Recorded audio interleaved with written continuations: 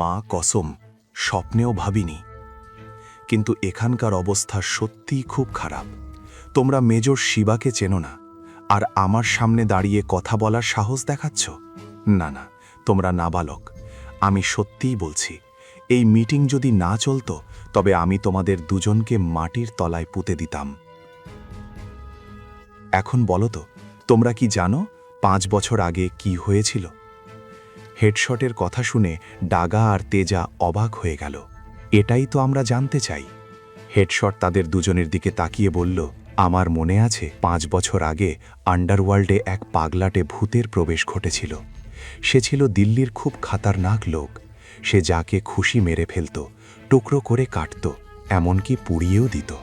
আমার মনে আছে তার একটাই স্বপ্ন ছিল, পুরো ভারতের আন্ডারওয়ার্ল্ডে রাজ করা।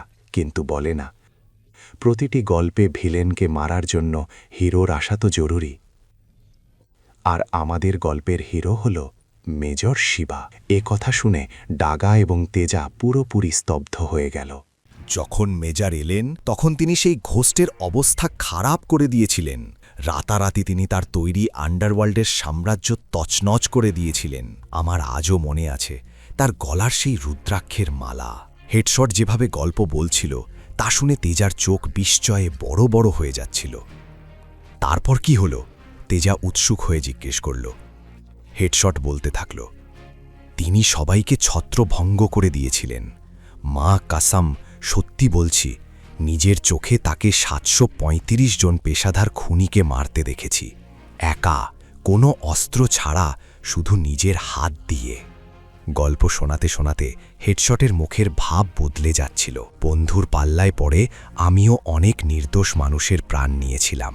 ব্যাস, তারপর আর কি, মেজর আমাকে এত মেরেছিলেন আর চিহ্ন হিসেবে মুখে এই কাটা দাগটা দিয়ে দিলেন। ব্যাস, সেদিন থেকেই আমি ওনার ভক্ত হয়ে গেলাম। উনি মহাকালের রূপ। আমাদের মতো খারাপ লোকেদের সাথেও উনি এত ভালো করেছেন। এই দাগটা আজও আমাকে ওনার কথা মনে করিয়ে দেয়। এ কথা শুনে ডাগা আর তেজার চোখ কপালে উঠল। তাদের যেন বিশ্বাসই হচ্ছিল না।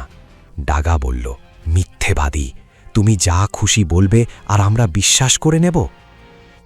হেডশট শুধু ওদের দিকে তাকিয়ে মুচকি হাসল। তেজা জিজ্ঞাসা করল, তুমি কি কখনো ওনাকে দেখেছ? হেডশট তার পানীয়র গ্লাস শেষ করে বলল, বেটা, সিংহের গর্জনই তার পরিচয় দেওয়ার জন্য যথেষ্ট। মুখ দেখিনি তো কি হয়েছে, অনুভব তো করেছি। সেই খুটখুটে অন্ধকার রাতে একলা সিংহ সব শিয়ালের পালের ওপর ভারী পড়েছিল। তখনই হেডশটের ফোন বেজে উঠল। নাম দেখে সে কল রিসিভ করল। জি হুজুর, ফরমাইশ করুন, কি সেবা করতে পারি? কিন্তু ফোনের ওপার থেকে আওয়াজ শুনে তার মুখের ভাব বদলে গেল। আমি বলছি, দীনেশের ভাইপো। এই কথা শুনে সে নিচু স্বরে বলল, মা কসম ছোট মালিক, আপনার গলা তো অবিকন বড় মালিকের মতো। বলুন কি কাজ? ফোন থেকে আওয়াজ এলো, একজনকে এনকাউন্টার করতে হবে। হেডশট দেবের কথা শুনে বলল, মাফ করবেন, কিন্তু আমি আপনার কোনো কাজ নিতে পারবো না। দেব হতাশ হল। সে যে কোনো মূল্যে কাজটা করাতে চেয়েছিল। সে বলল, 5 লাখেও করবে না? হেডশট হাসল, মা কসম, কথা টাকার নয়, এখন সময় ঠিক নেই, কিছু নিয়ম আছে যা আমাকে মেনে চলতে হয়। কিন্তু দেব নাছোড়বান্ধা। 10 লাখেও না? শুনে হেডশটের মনেও লোভ জাগল। আপনি বোঝার চেষ্টা করুন। দেব টাকার অঙ্ক আরও বাড়িয়ে দিল। 20 লাখেও হবে না? এবার হেডশটের সুর বদলে গেল। মা কসম, আমি তো নিজেকেও গুলি মেরে দেব। একটু ঠিকানাটা বলুন আর ওর ফটো পাঠিয়ে দিন। দেবও খুশি হয়ে সব জানালো। শিবাই নাম ওর, বাজাজ পরিবারের জামাই। ফটো পাঠাচ্ছি। এ কথা বলে দেব ফোন কেটে দিল। অন্যদিকে ইন্ডাস টাওয়ারের মিটিং রুমে শিবায়ের ভেতরের আগ্নেয়গিরি ফেটে পড়ার অপেক্ষায় ছিল। সে গ্লাসটা হাতে নিল। তার চোখে রাগের শিখা আরও তীব্র হল। গ্লাসের ওপর তার হাতের মুঠি শক্ত হল। আঙ্গুলের চাপে মনে হচ্ছিল যেন কাঁচও ভয় পেয়ে গেছে। গ্লাসটা সজোরে গিয়ে মিটিং রুমের বড় টিভি স্ক্রিনে লাগল।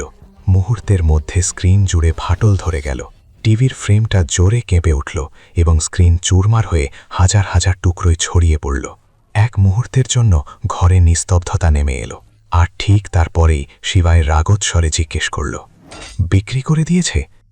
তাও একটা নাইট ক্লাবে? অ্যাড্রেস বলো। শহরের বাইরে থান্ডার নাইট ক্লাবের অন্ধকার ঘর থেকে এক মেয়ের আর্তনাদ শোনা যাচ্ছিল। বাঁচাও, বাঁচাও, আমাকে এই রাক্ষস থেকে বাঁচাও।